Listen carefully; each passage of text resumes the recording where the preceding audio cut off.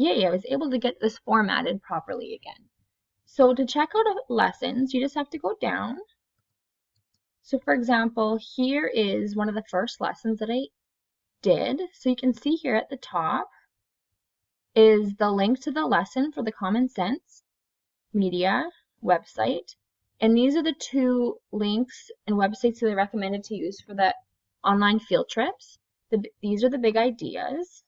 And then this essential question here is a question I used directly from the Common Sense Media lessons, as I saw and thought all the essential questions were really well written. And then I also included additional questions for deeper understanding. And then along the sides, I listed all the outcomes that I'm able to cover in grade 2 from that lesson. So here's some ELA outcomes I was able to cover with viewing, representing, and writing. Then over here, we were able to cover 2 Arts Ed outcomes. And then I was also able to cover a safety outcome in health and decision making. Then over here, I also have some additional resources that I found. Some of the additional resources I've included have been videos, while some of them are good articles for teachers to get more background knowledge about the topics that they're learning in those lessons, or really good articles to share with families. So all you have to do is just click on all my different links and it will take you to those resources. And then down below, I also included all the outcomes that the SASC Digital Citizenship Continuum includes. So in this lesson, they're able to learn about digital literacy and digital safety and security. And if you wanted to see that document, all you have to do is just click on it and it'll take you right through.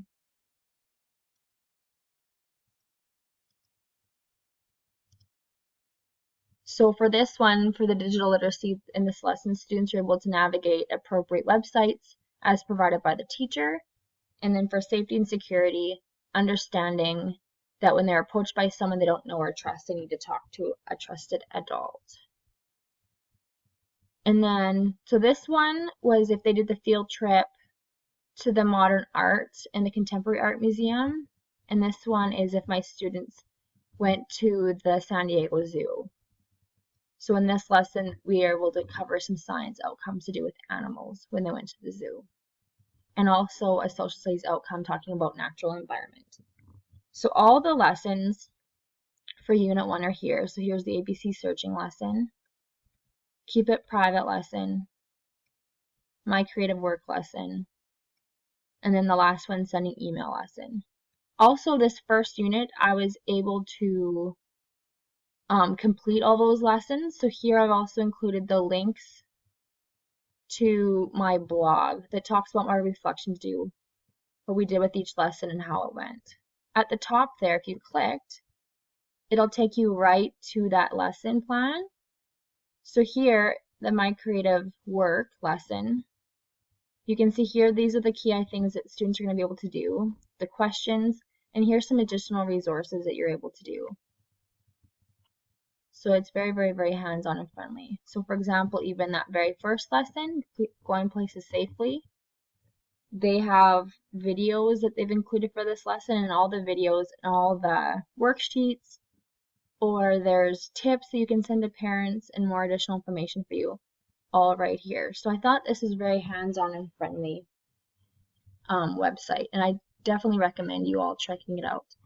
The only thing I found with the website when going back to the Digital Citizenship Continuum is I noticed that they didn't really cover a lot of the health and wellness. So I would make sure in my classroom I would talk to my kids about the importance of when you're working with technology, taking breaks, resting your eyes because you can get fatigued, not having headphones blaring with music, but keeping them down, just talking about protecting your body and being a healthy person while using technology. But they didn't have a lot of lessons that talked about that. And then for grade 2, the kindergarten to grade 2 lessons, they didn't really talk a lot about law, so I'd make sure that I would include a few more lessons about that. But I'm very, very happy with my assignment and how it all went and how it all came together. And I'm also very proud of our classroom blog. as you can see, we've done lots of different learning. So for example, here is the last lesson looking at emailing. So this just kind of talks a little bit about what we learned in that lesson. You can see we've been talking about other things other than digital citizenship.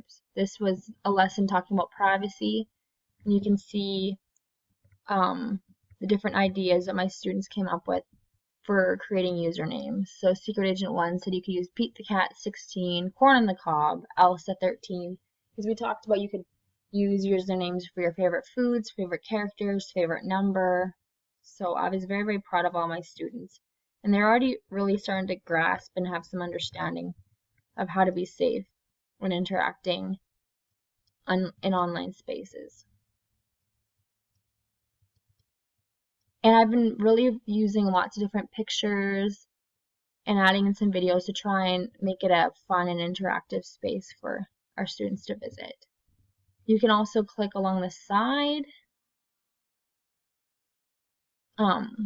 our students' blogs. So if we find, for example, let's go to this one, Agent number 12's work. You'll be able to see at the top they've included their favorite art piece to use at the top. All of my students, instead of having their names, we decided to go with their secret agent number just to protect their identity. So this was the letter that the student wrote to another secret agent in the class after we learned about letter writing and creating emails. The student reflecting about the lesson about privacy, so they said, I like to keep safe, so I don't want to say my name, I don't want to say my phone number. Did you know if you send anything, it'll stay there forever and ever? And also some other lessons when they were learning about artwork and putting their name on it. So for my kids, because we were putting the blog, they had to put their secret agent number. And they're writing about Remembrance Day and their self-portraits, and that's what we decided to use for their picture for their blogs instead of having a real photograph, just to protect them. So all in all, I'm very, very excited and happy about this journey I've been on, and I'm excited to continue this as I still have the last 2 units, Unit 2 and Unit 3 to go. And I'm excited to see where everything will take and just begin to promote digital citizenship in my school, so my students will continue to learn about these concepts as they get older, and maybe even promote the high school teachers as well to start looking and exploring digital citizenship concepts as they get older into the high school. So there's my assignment. I hope you all enjoy, and please leave a comment if you have any questions or any kind of feedback. Thank you so much.